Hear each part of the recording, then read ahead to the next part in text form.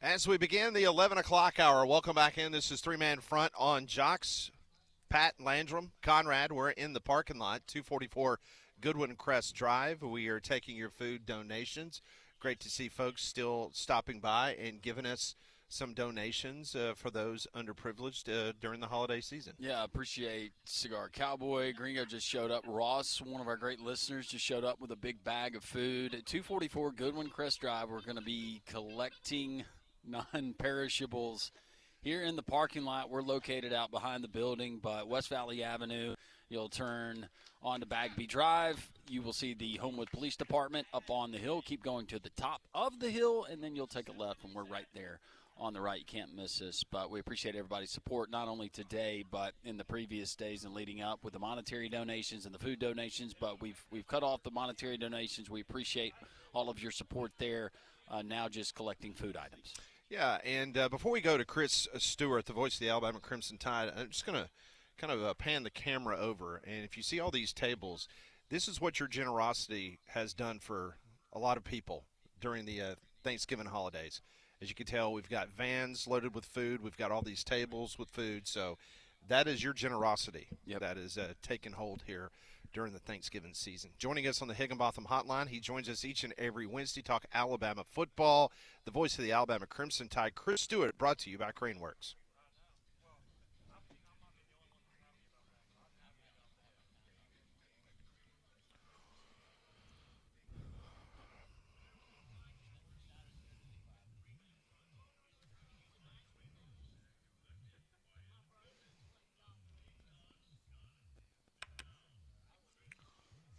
And Chris Stewart joins us now on the Higginbotham Hotline. Chris, I hope you're doing well on this Wednesday. I am. I hate I'm not seeing Conrad attempt to Dance? do whatever it is Conrad's attempting to do. But yes, it would be very much like that Halloween party I saw him at a few weeks ago. Yeah. Well, I was gonna ask you that because I don't know if many people were dancing. Conrad's one of these type guys. There doesn't even have to be music playing in the office, and he starts dancing. Yeah. And that's kind of what he's doing out in the parking lot. Did he do that at the Halloween party a couple weeks ago? Well, nobody was. Not only was there not any music playing, but nobody was talking to him, and he just started. It was a little frightening. I'm not going to kid you. Listen, we work with him every day. We know exactly what you're talking about. I understand. So, all right, let's let's talk about the conversation, Conrad. I'm trying to have a conversation with Conrad. Please stop dancing. You're making me highly uncomfortable. Well, you should see when he tried to do the worm there on our asphalt. Look, here on the it was. blacktop. It was painful, and I couldn't even see it. You could just feel it. Yeah, it was very painful watching. I was uncomfortable, and again, I couldn't even see it. So, yeah. Well, let's talk about an uncomfortable situation Saturday in Bryant-Denny Stadium where Alabama, uncharacteristic this year, just turned the ball over a good bit. Just take us back to Saturday, and just as that game was playing out, just what was going through your mind? I'd rather watch Conrad dance, if you don't mind. It would be less painful. But it was really disappointing. And again, it's all on your side of how you look at it. We think of it as turned it over, and I'm sure in Oklahoma they're talking about, as they should, the great job they did with takeaways, because they did create. I mean, it's not as if we're running along and the ball just slips out of your hand and stuff like that. I mean, Oklahoma made plays, and it's not uncommon for them to do so. But it's still your responsibility to take care of the ball. And Bama didn't. And those were – I mean, there's so many things you point to where you go, you're one play from it going the way you wanted it to, result-wise. They make 3 field goals. We miss one very makeable kick. They forced the 3 turnovers. And while they weren't easy, we dropped 2 potential interceptions, one of which also could have gone for a pick six like theirs did if you're able to hang on to it. just time and again, there were things you could point to where you were probably had it in your hands and you let it get away. No pun intended. But it's frustrating because you didn't get it done. It's a different type of frustration and disappointment from last year's loss at Oklahoma, but you're still leaving with the fact that you didn't take care of business. Unlike last year, though, you've got a chance for retribution because I'm still, despite what the committee decided, which was so eloquently put by Hunter Yurachek,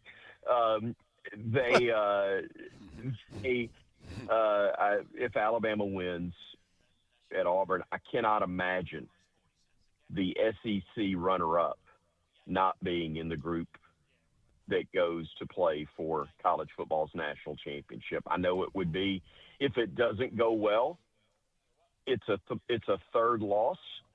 But if you get to Atlanta, that makes you the runner-up in the league, and I just can't see the runner-up this year being left out. Chris, this year, when we talk about the parity in college football, but the parity in the SEC, you look at the top. Right now, I could not, with a straight face, tell you who I think the best team in the SEC is.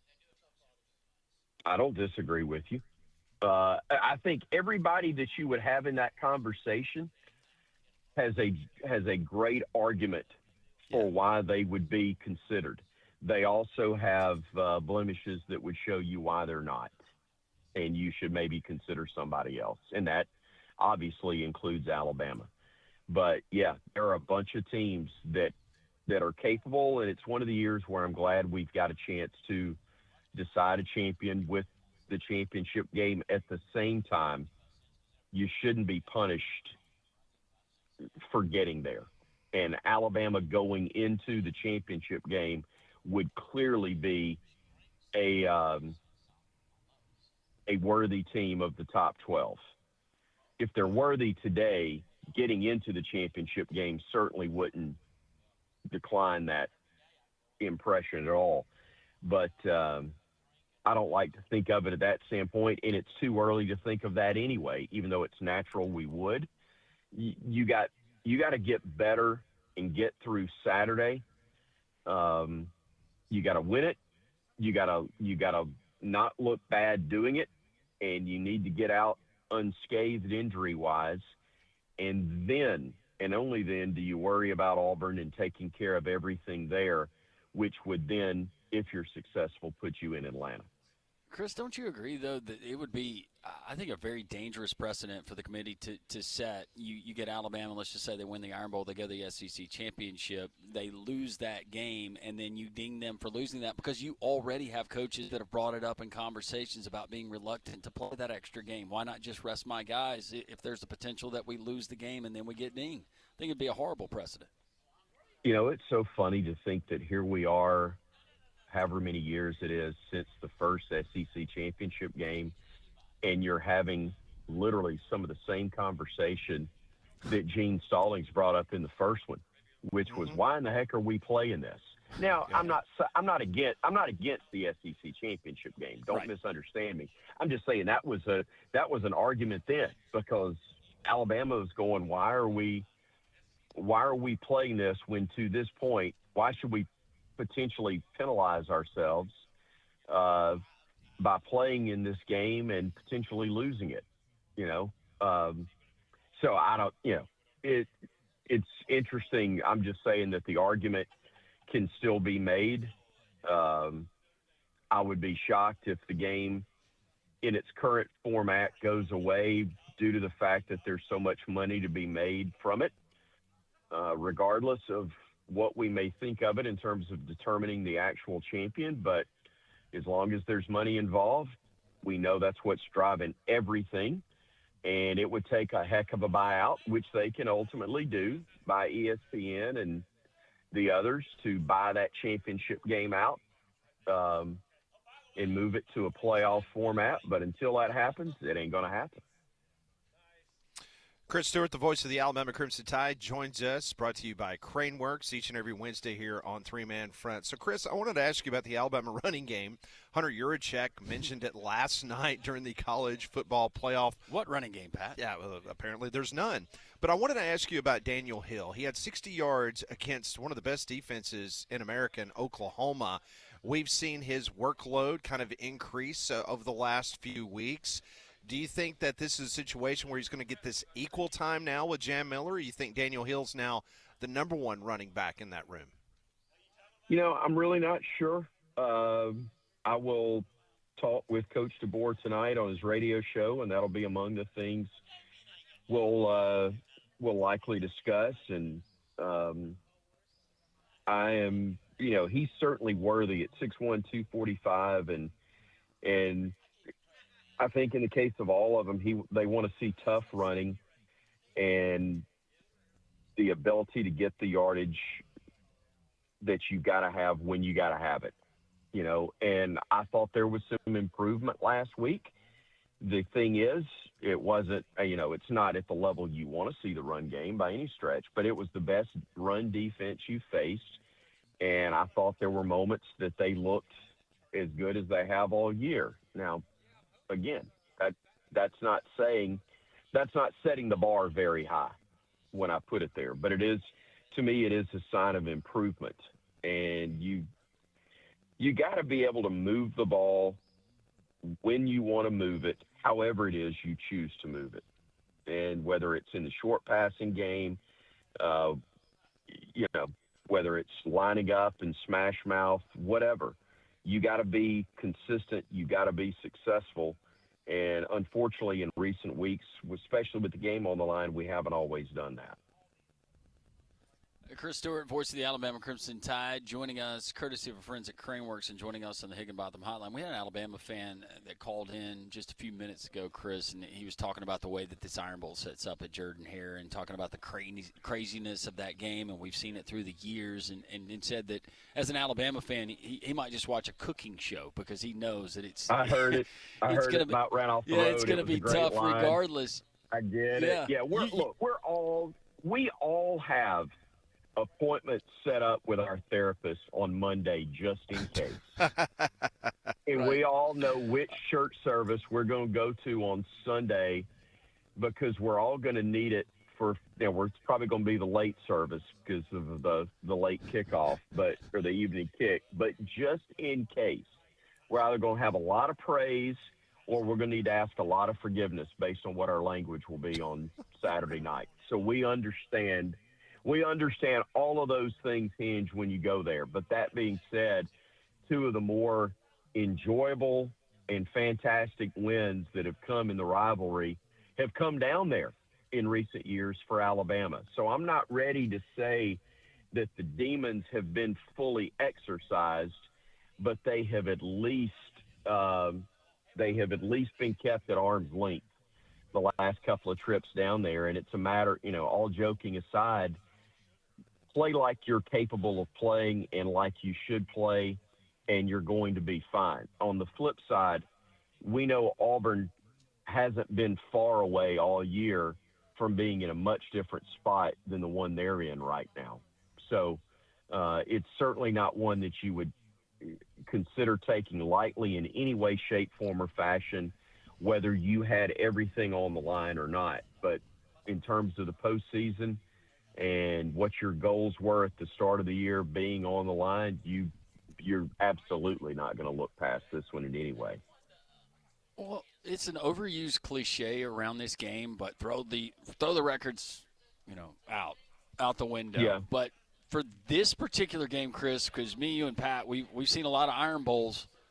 It does feel like you throw the records out, and this is probably one of the better bad record Auburn teams we've seen in a while. It does when you're going down there. Most years, it plays true to form. But when you're going down there, it's a different factor. And it has been, and that's to Auburn's credit. But the hope is that this team will play with some poise and play with confidence and get the job done because of all that is on the line. But you're right. it's a Auburn plays at a different level when they look across and see the Crimson helmets coming in there. And also to their credit, they have not folded the tents just because they've lost their the guy they started the season with as their head coach. If anything, I think they may have played better and taken it up a notch. But Bama's got its work cut out for it for a number of reasons. But you just hope that they'll play at the level we know they're capable of and get business done so that there'll be a game the next week in Atlanta. Chris, before we let you go, I wanted to ask you about the Alabama basketball team. Another tough game, this time up in Chicago against the Fighting Illini. Yeah, Roger Hoover will be on the call with Brian Passink tonight, and it's typical. You've got, 3 straight top 10 opponents that you're facing, 2 of them basically on the road. Definitely not neutral site. It was a true road game because that's where St. John's plays, is at the Garden. And it was packed, and it was a great environment, and the Tide got the win. Great environment, and then some at Coleman Coliseum last week when you played Purdue, and unfortunately a game that was going down to the final 2 minutes went Purdue's way down the stretch, and they got the win. But you hope that this team will obviously do a better job on the glass. Nate Oates said before it started that and definitely Brian Passink did, that the Illinois and the teams they'll face in Vegas next week, are as good and maybe better than what they've already faced. Yeah. So got their work cut out for them. And again, it's going to be another tough environment, but obviously they've prepped for that. When you played at the Garden and you played back-to-back games in front of sellouts, then you're going to be ready in that regard. You just got to go play the way you did more so in New York for 40 than you did in Tuscaloosa for 40, although the 38 they played were pretty good. That is Chris Stewart, the voice of the Alabama Crimson Tide. They've got Eastern Illinois coming up in football. He will not be in Chicago. Of course, the Tide playing, as just mentioned, the Fighting Illini at the United Center coming up tonight. Chris, each and every week, David Upton and the great people at Craneworks give us the opportunity to catch up with you. Yeah, they do, and it's an honor to talk about them because they are the most trusted name for crane and equipment rental in the Southeast. Got 3 decades of experience in that regard. They've got a fleet of cranes ranging from 2.5 to 500 tons. They also offer trained and certified operators, making sure the job is done right. They got locations in Birmingham, Nashville, Mobile, and in Huntsville as well. We invite you to go to craneworks.com to get more information. Chris, always appreciate your time. Have a great weekend on the call, and then, of course, next week we will catch up with you, talk a little Iron Bowl. Thanks, Chris. I look forward to it, and if you could have Conrad perform a little something to Boogie Wonderland, that would be great as well. He's going to do a reverse cameo. He's going to send you a video of him dancing, and he's going to pay you to watch it. Look, man, he's already seen the judge's ruling. He's not allowed to send me any videos anymore, and I'm not afraid to go back for it if I have to. Chris, always appreciate it, man. Have a good week. We'll talk to you next Wednesday. See you guys. Y'all take care. Thanks. That is Chris Stewart, the voice of the Tide, joined us on the Higginbotham Hotline. Higginbotham is your one-source solution for insurance, financial, and HR services. Yeah, we got hoops tonight. Why not check out the Finnick this afternoon? They got the acoustic music. It's going to be cranking up at 5:30 to 8, but they're also going to have Alabama basketball as they take on Illinois there at the United Center. Also, you got Auburn and Jackson State. You got Maction tonight, and then the college football, the NFL schedule rolls through the weekend all the way through Monday Night Football. NFL Red Zone, if you're a fan of a certain NFL team, a lot of fan groups get together there at the Finnick. But whether it's college football, whether it's college basketball, or the NFL, the Finnick is the ultimate place and your sports bar viewing experience. You can check them out. Award-winning menu from the wood-fired grilled burgers, also the fantastic wings, all the shareables that they have, and the hand-cut steaks and the fresh Gulf seafood. The Finnick, 1630 2nd Avenue South, near Railroad Park. Always tell them Landrum from Jocks sent you. All right, he owes us a dance, so here we go for those watching on YouTube. Oh, yes. He tips his cap to the audience, and now he's dancing. All right. Sizzle. Oh, listen, we got a little music here playing on the radio. Look at that. Yeah. Sell it, Conrad. Sell it. He is selling it. Sell it. You know, he's getting better. He is.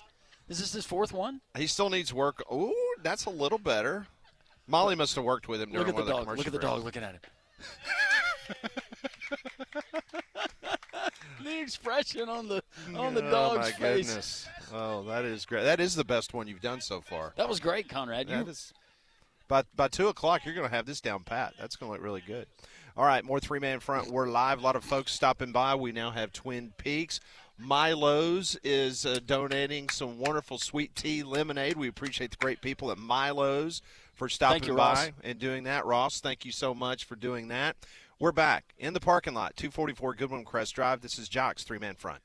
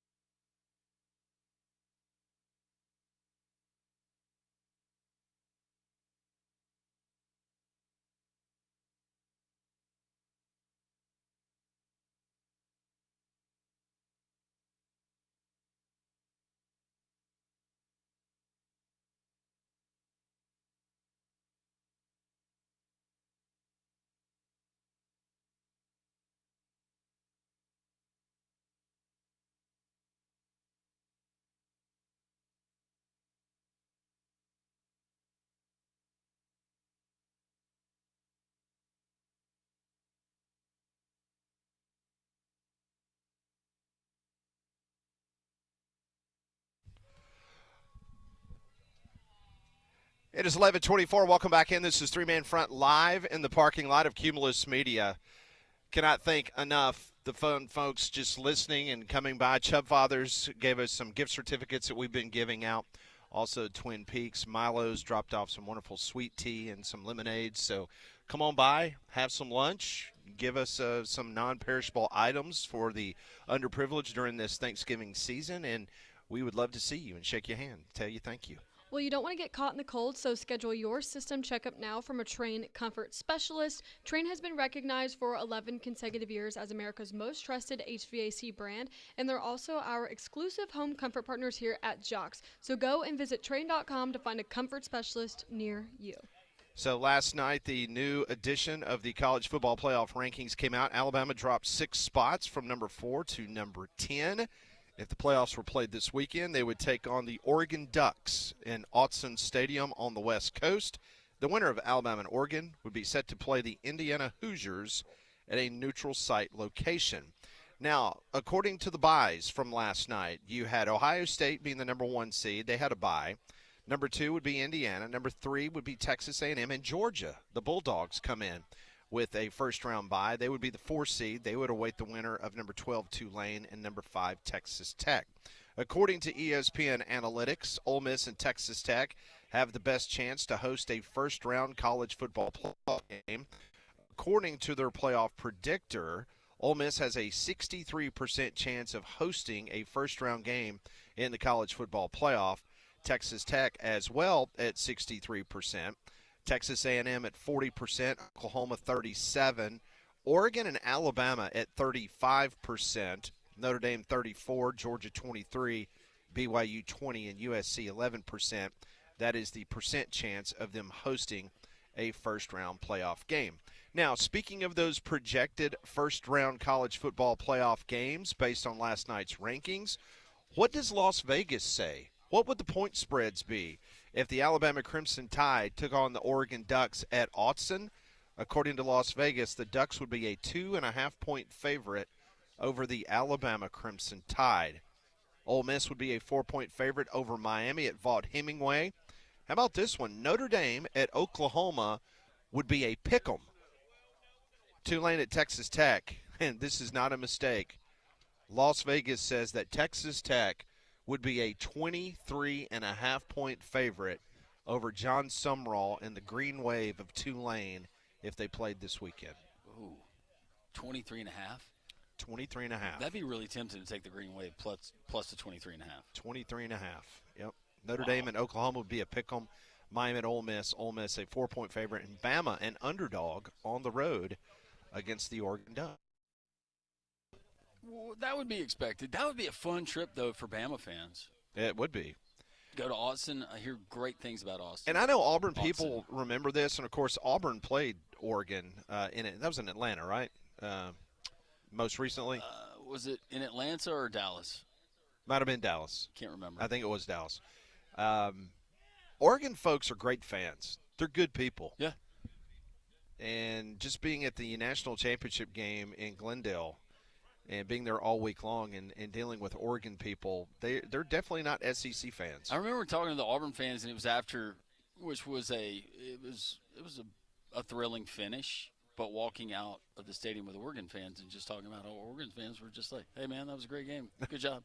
It's like we're not used to that. I've told that story before. Paul Feinbaum and I were walking out trying to get to Sky Harbor. We're supposed to be fighting, getting arrested right now. To get to our plane, and I'm like going, "Oh my gosh, this is going to be really bad," because they just lost the national championship game.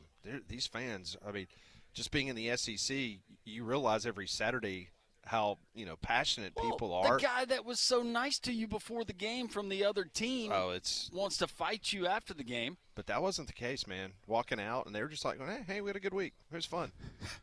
Like going, you just lost the national championship game on a last-second field goal. Are you okay? Yeah, it was fun. It was great. Are you kidding? We're great. We live in Eugene. Have you seen the grass? It's always green. It's always greener. Yeah, so it's like, all right, whatever. So those good people up there. That would be a very interesting game, especially no telling what Dan Lanning would say before the game. You know what I'm saying? Yep. Just to kind of get everybody fired up, talking about Alabama. If you're an Alabama fan, you charter a fishing trip. You go up there. You do a little like salmon. Would that be salmon? Mm-hmm. I think that's what Cristobal was going to have us do. He was going to set us up to do that when he was still at Miami. That's right. We were going to go up there and do the show. They were going to host us there during the off season. And why hasn't Dan Lanning invited us up there? That's a great question. I don't think we have the. Why hasn't Cristobal invited us to South Beach? Rapport with Dan. And we could get down to South Beach. You want to go down there? I can go see Ed Orgeron. Go hang out with him. You want to go do eye test on Miami? Yeah, let's do that. It'd be fun. Abide Roofing, they are raising the roof. Literally, Abide Roofing is giving one deserving homeowner a brand new roof completely free. This is not a gimmick. It's not a sales pitch. It's their way of saying thank you to the community that's trusted Abide Roofing with their homes. So here's how it works. Fill out the quick form at abideroof.com. Look for a green bar at the top of the homepage. You can nominate yourself, someone who deserves it. Then watch out for the winning announcement, which is coming up next month. Value is up to a 30-square roof, or roughly $13,000. Maybe it's someone who's fallen on hard times and can't afford repairs, or a single parent who's working 2 jobs just to make ends meet during the holiday season. Maybe it's a veteran, a first responder, a teacher. Maybe it's a neighbor who volunteers and is just a true pillar of the community. Whoever it is, Abide Roofing, they want to hear your story. At Abide Roofing, they believe everyone deserves a safe, reliable roof over their head, and this is their way of giving back. Don't wait. Entries are open now. Enter through December 12th, 2025, when it will be announced on December 19th. For complete details and to enter for the free roofing giveaway, just go to abideroof.com. What is Vegas saying when it comes to college football head coaching searches? We'll give you the latest as we continue live from the parking lot here of Cumulus Broadcasting, 244 Goodwin Crest Drive in Homewood. We're out in the parking lot taking up your donations, your non-perishable donations, any kind of canned good. You want to go with a boxed item, you can do that as well to help out some families here in our immediate area and the surrounding area for the holiday season and beyond. Once again, 244 Goodwin Crest Drive. If you can give, we could certainly use your help. We continue. It's the Wednesday edition, 3-man front on Jocks.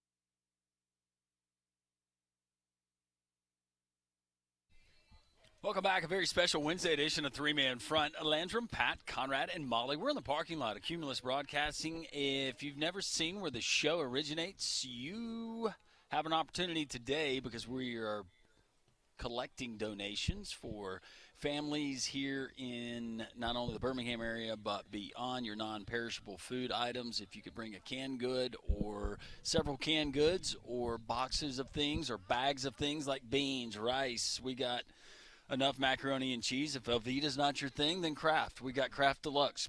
Conrad, if you wanted to carb up, you could certainly do it at all of these tables. Absolutely, yeah. I mean, we got cranberry, we got gravy, we got instant mashed potatoes. Stovetop. Everything stovetop, yeah. Everything that you could possibly want when you think of Thanksgiving and all the fixings that go along with the turkey. We have it all here, and it's all thanks to our wonderful Jocks listeners because we've been, just blown away the last 2 days.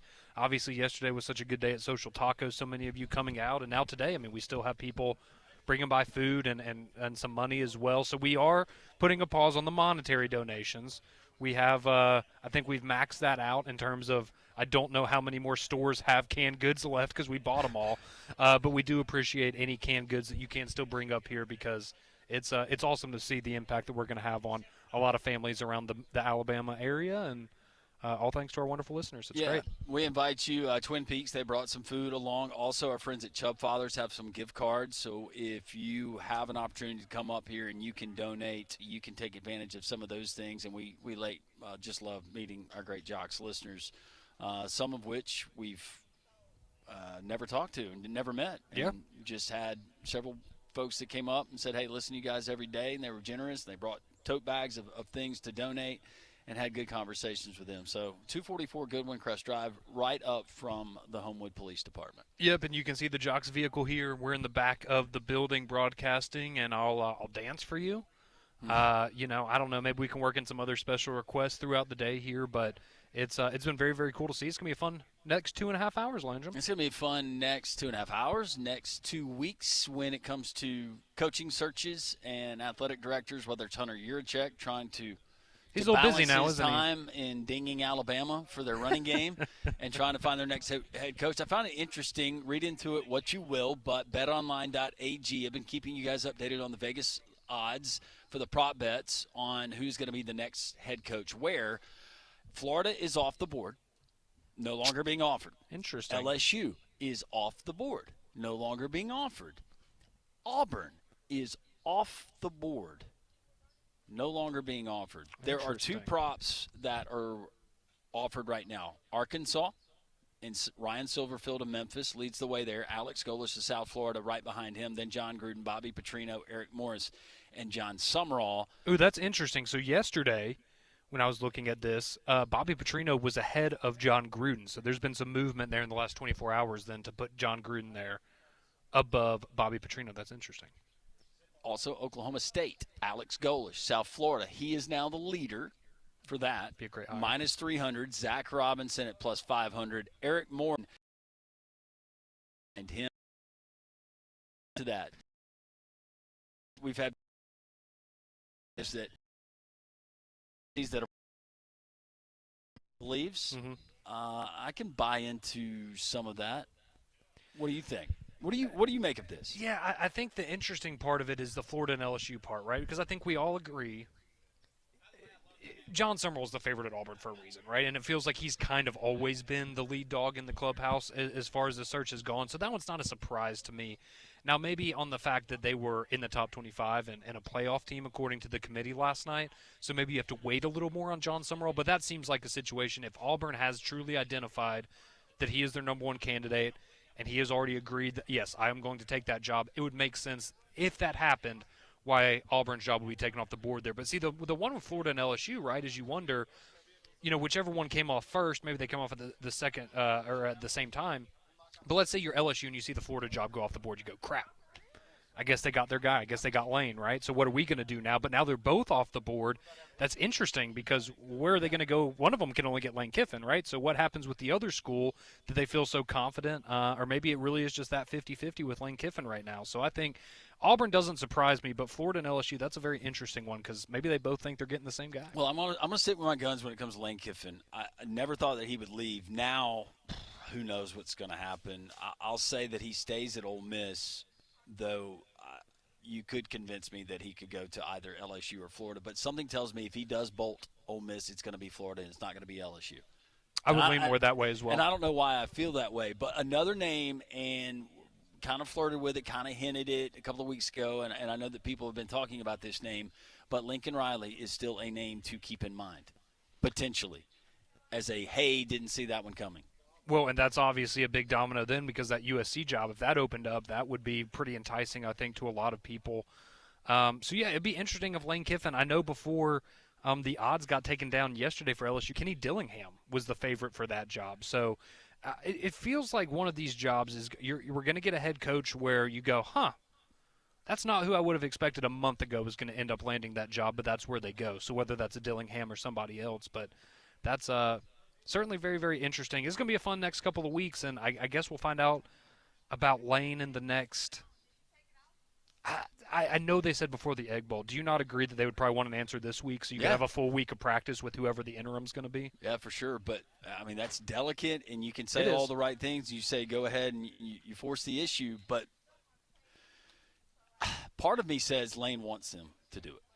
Lane wants Ole Miss to look like they were the ones that told him to leave, and he throws his hands up and says, What? I was just doing my job. I don't know why I have to answer these tough questions in the midst of leading this football team to an historic season. Does it not feel like – but I'm just saying there would be an out for him to do that if it played out a certain way. Does it not feel like when you're in high school and you really want to break up with somebody but you don't want to hurt their feelings, and so instead you're just – maybe you're a little distant or you're a little rude or you're just dismissive towards things they say and hoping that they'll break up with you?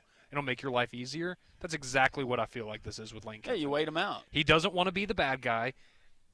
Incidentally, he has now made himself the bad guy by the way he's handled this in a lot of people's eyes, but I think he's just waiting for them to tell him to kick it to the curb, and then it makes his life easier. Because the easiest thing for a coach to say, and they've been doing it for years, when asked about a potential of leaving for another job, look, man, I'm in the grind. I'm in the season. I'm just concentrating on X opponent this weekend. That's all I'm trying to do. I'm not thinking about these other things. I have representation that handles all this. And technically that would be true, but you probably have a good idea of where you're going. Yes, I would certainly think so. Okay, so here's my thing with Ole Miss. Let's say, for a second, that he does leave, whether it's Florida, LSU would view ideal candidate. Summerall that it would be. I do believe he's a fine there. Job over this that John Summerall, I think, identified early in the process as being a potential, his familiarity with the state. This is his wife is an Auburn graduate. I don't know how much that plays into it, probably a little bit, but he knows that Auburn has the tools that he will need. Not that Ole Miss doesn't, but Auburn is the job, according to folks that I've talked to, that he wants. It feels like, and again, this is just my personal opinion. I personally, at this point, would be floored if it's not John Summerall. Yeah. It seems like it's right there, and it makes sense. And I think that would be a great hire if Auburn can get it done. And not saying that there's conditions, but would you potentially – but the whole timeline for me, it was we're going to have a conversation with DJ Durkin, and then you start lining things up. Okay, well, when does that conversation happen? Shortly after the Iron Bowl? Are you doing that on Saturday night or into the wee hours of Sunday morning? Maybe so. And then you come down to a decision, get everything ironed out. But – I find it hard to believe that some of these things are not being worked out behind the scenes right now, and some of those conversations have taken place. Yeah, I agree with that. I thought it was interesting. Peter Rauderkus had an article with AL.com where he got to talk with John Cohen again, and this article came out yesterday. And one of the things that Cohen was talking about is how badly he wants to retain DJ Durkin as a defensive coordinator, not necessarily as a head coach. But, I mean, John Cohen coming out and even saying, when I'm talking to these head coaching candidates, I am talking to them and saying, we want DJ Durkin to be a part of this staff. How do you feel about that? And according to John Cohen, those have been very positive conversations. So certainly it seems like Auburn might be able to get the best of both worlds that they wanted, right, of bringing in a new head coach while being able to keep DJ Durkin, who's done such a great job there. I would tell you that I do know that DJ Durkin's family they're in love with Auburn. They love Auburn. They've made an investment in Auburn with not that these coaches and the amount of money that they have at their disposal, they can't do that, but they've made monetary investments in Auburn as well. And DJ Durkin, you see how the guys respond to him. They love him. They absolutely see what love he's him. been able to do, how they play for him. Now, you can't base your next coaching hire on a one-year roster, which there's no guarantees. But to John Cohen's point, we need to win now. Mm-hmm. We have been selling this. We've been selling the Auburn people. The Auburn people have been patient. We saw, hey, we're not going to be able to sell this again under Hugh Freeze. We had to nip it at the bud, but now we're going to have to win now. There's no more grace period of, hey, well, hopefully in year 2 under next head coach. We're built to win now. We should be winning now. Look at some of these other teams that are winning. If it's a program winning 8 or 9 games, they're doing it with less. Auburn should be able to do that. Yeah, and it feels like Auburn next year, I mean, again, we'll see what they're able to do in the portal and in terms of roster retention, but, I mean, you got to think you got a lot of really talented guys on the defensive side of the ball that if they come back, you're going to be set up nicely. You got to feel really good. You know, if Cam Coleman comes back and Perry and Malcolm and some of those guys, you're going to have a great receiving room again. It really feels like, whether it's Ashton Daniels, Deuce Knight, or somebody else, if they can hit on the quarterback position next year, whoever the coach is, they're going to be in a really, really good position to be competitive in the SEC and maybe even make a college football playoff run or be in the mix for that next season, and that's the goal. It should be. Phone calls are welcome. 800-239-WJOX, 205-834-9450. We will go to Bama Mark and others as we continue here on Three-Man Front on Jocks, this very special Wednesday edition.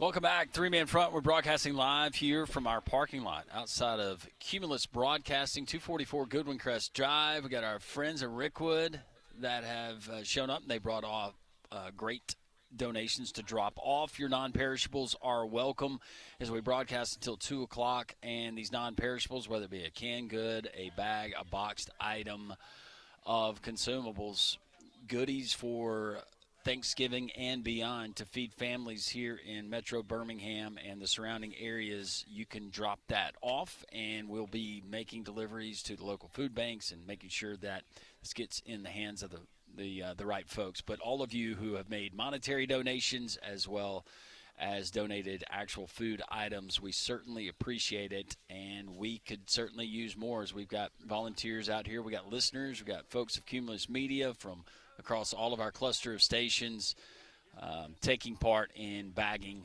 up these bags for these families to hopefully bring them a little bit of normalcy during the Thanksgiving season. But right now, Conrad is going to perform dance number 5 of the day. This is choreographed by Molly. And here we go. All right, Conrad, let's go.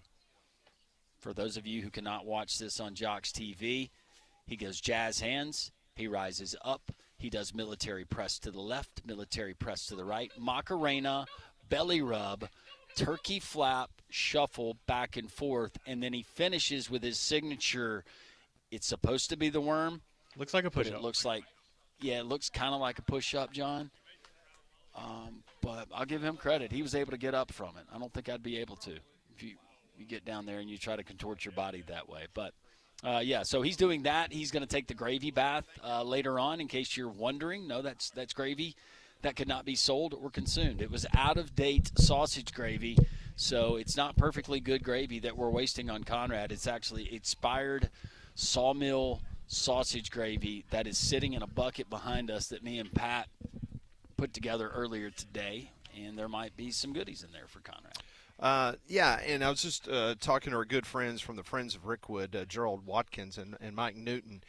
So kind. They came by and dropped off some food. And I tell you what, if you're a baseball fan and you show up and you want to give us some food, you remember when we had Dwyer Brown on?